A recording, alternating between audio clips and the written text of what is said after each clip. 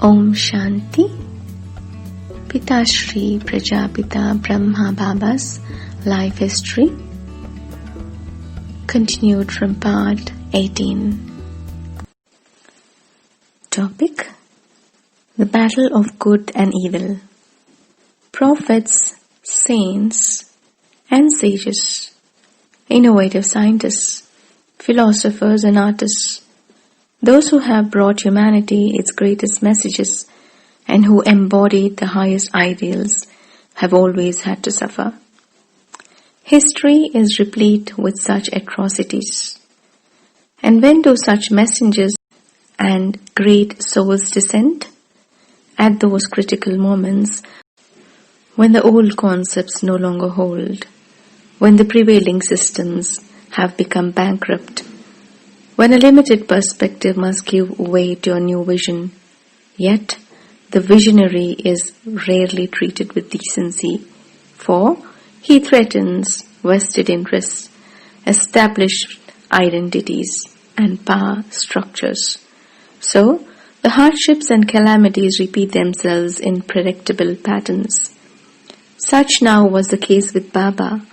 What he taught threatened the most vested interest of all, the ego.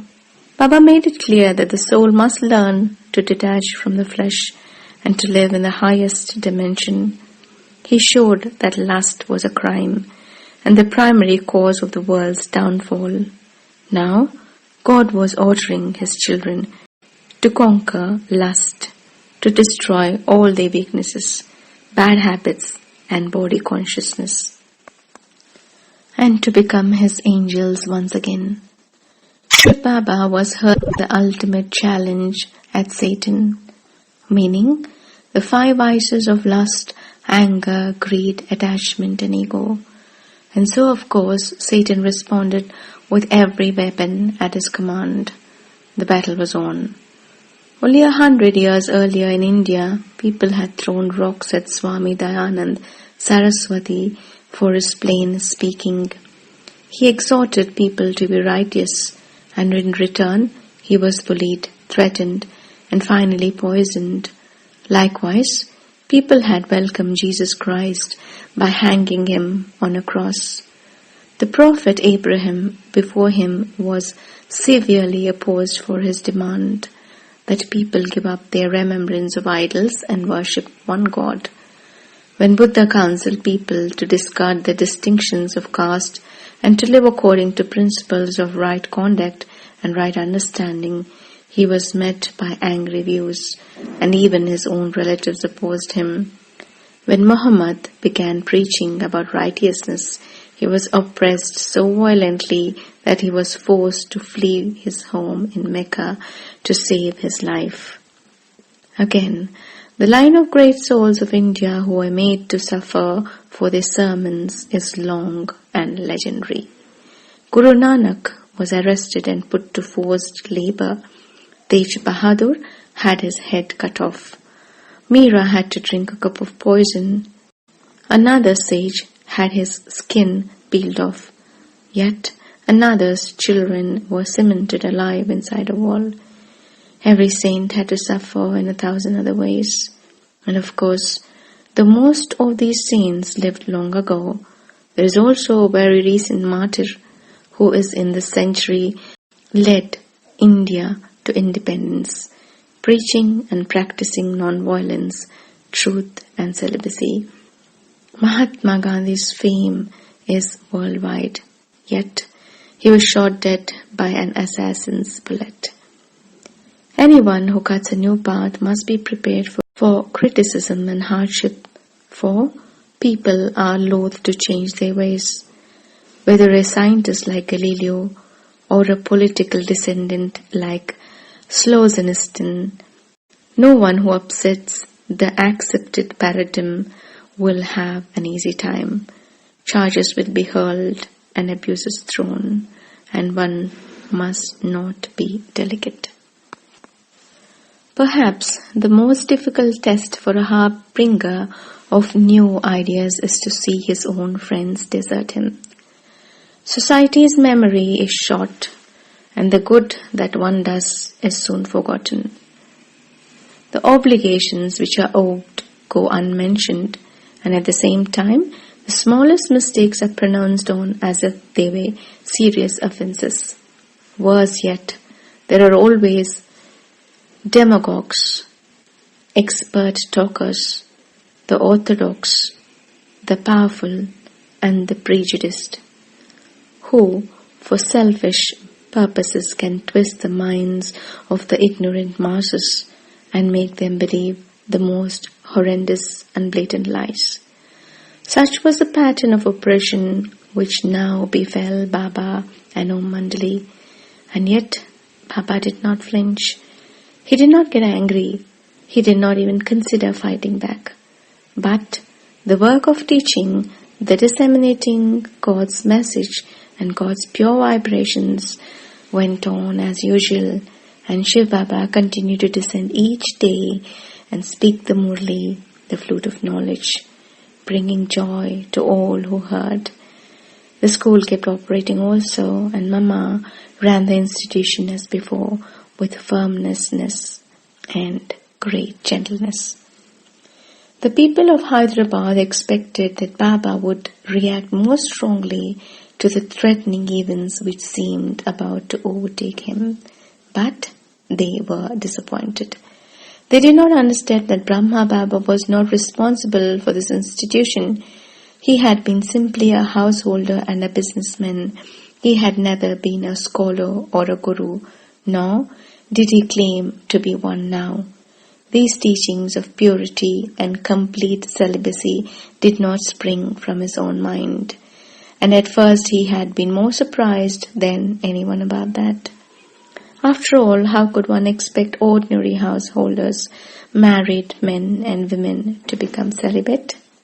It was unheard of men who wished to attain such heights of renunciation in the past had run away to caves or distant jungles. Could two people of the opposite sex really hope to remain together and still banish all thoughts of lust? Neither Dada Lekraj nor anyone else could have imagined that such a thing was possible. It would take divine power to achieve such a result on any widespread basis. Now, of course, it had been achieved. Many couples were living in purity together, and many more women were determined to do so despite all obstacles. Who gave these souls such power? The people of Hyderabad did not know it. But God Himself was at work, enabling the spirit to win a last and decisive battle over the flesh, the result of which would be the creation of paradise on earth. The harassment of the women went on, yet they did not give in. This also was cause for amazement by the people of Sindh, for the women of Sindh had always submitted to the will of their husbands and fathers. It baffled the mind even to think that these poor girls could stand up to such astonished figures of power.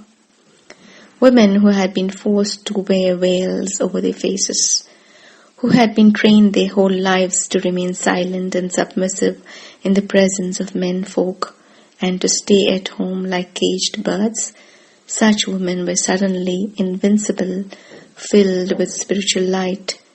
They discoursed more eloquently and deeply than any other guru, teaching the highest knowledge of all. Where did they get such force, such intellect, such inner strength? They put up with physical abuse, beatings, starvation and public humiliation, yet they did not budge from their principles. Whose power was behind such a phenomenon? Outside, people saw Baba only with their two physical eyes. Their third eye was closed. So, they were unable to comprehend that the Supreme Father, Shiva, had descended in Baba's physical frame and was teaching his own profound and absolute knowledge. Thus, these people remained helpless in the grip of the debased proclivities and rigid habits. Baba was also helpless, but was helpless in the grip of God. He used to quote a Sindhi proverb, Vat Vande, Brahman Vato, meaning a Brahmin going along the road minding his own business got captured by someone, for that is what happened to Dada Lekraj. He was going happily on the road of life in charge of a successful business and a large family when the Supreme Soul stopped him and began to use his body to teach the value of purity. Thus did Dada become God's unexpected instrument. The opposition meanwhile stepped up their activities. They hired toughs to go out and follow people who visited the satsang. When they thought they could get away with it, they cornered these people and threatened them with death if they were caught going to Baba in the future. When Baba heard about this tactic, he shook his head gently. He was not angered, nor did he feel they were really malicious. These people do not know the Supreme Father. That is why they are full of animosity and opposition. They are suspicious that I am doing all this by myself. They have no idea that I am also bound by a godly bond. The Supreme Soul has nobody of his own, so he uses this one to show the pure path. But those people don't see the soul. They see only this body. How can you blame them? It is not their fault. The fault lay with the scriptures, Baba explained to us. Those books appear to support lustful action. It is written, for example, that Brahma was enticed by Saraswati, that when Shankar saved Mohini, he became enamored. That Sri Krishna stole the clothing of the gopis. By listening to such false stories, which are only to be understood symbolically, they have naturally come to the conclusion that sex lust must have existed since time immemorial. And yet, in the supreme of all scriptures, the Bhagavad Gita, it is explicitly said, sex lust is the greatest enemy. This profound statement had been utterly forgotten, ignored by the pundits and scholars alike. Yet, the gurus know it. This is why they run off in the jungles away from the allure of women. The Christians know it, for they say lust is the original sin, and so Catholic priests are also celibate. The Buddhists know it, and so their monks strive constantly for purity. The Jews also demand sexual restraint from their people, and Orthodox married couples live according to strict rules which limit lustful relations. Yet, though the world is well aware of the meaning and value of purity, they are too weak to accomplish that objective, and so they hide from the truth, preferring to rationalize their own misconduct and to force anyone who makes them see themselves as they really are to leave their myths. To his followers who wanted to speak out against the persecutions of the anti-Om Mandali group, Baba said, those who speak ill of us are our best friends. And in fact, though it may not yet have been apparent, Baba's children were being tested and strengthened by this challenge, after which they would never again be delicate or fearful. Only those who had been through the fire could hope to stand firm when it was time to deliver God's message to the world at large. And it was a hot fire indeed. The pressure from anti-Om Mandali soon increased yet another notch. Not only were the girls beaten, but now they were being forced to eat pig's meat. The men of their own families took cruel pleasure in thus torturing these impudent females, forcing the impure flesh down their throats.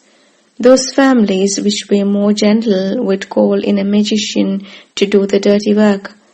One magician specialized in removing the magic spell from a woman by forcing her to lie spread-eagled beneath her own bed. He would pin her hands under the legs of the bed, and then he would sit on top of the bed and laugh at her.